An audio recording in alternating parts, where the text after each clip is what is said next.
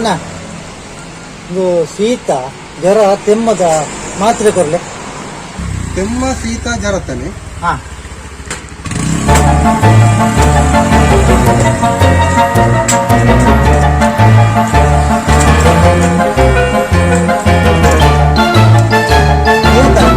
ಏತಣ್ಣ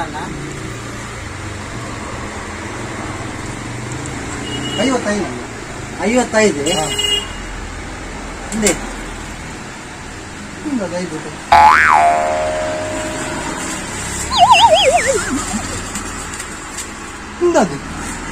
ಅವು ದಿನೋಳ ಚಿಲ್ಲರೆ ಜನಕ್ಕೆ 1 ರೂಪಾಯಿ 2 ರೂಪಾಯಿ ಚಾಕ್ಲೇಟ್ ಕೊರೊಂದಿತ್ತಾನಂತೆ.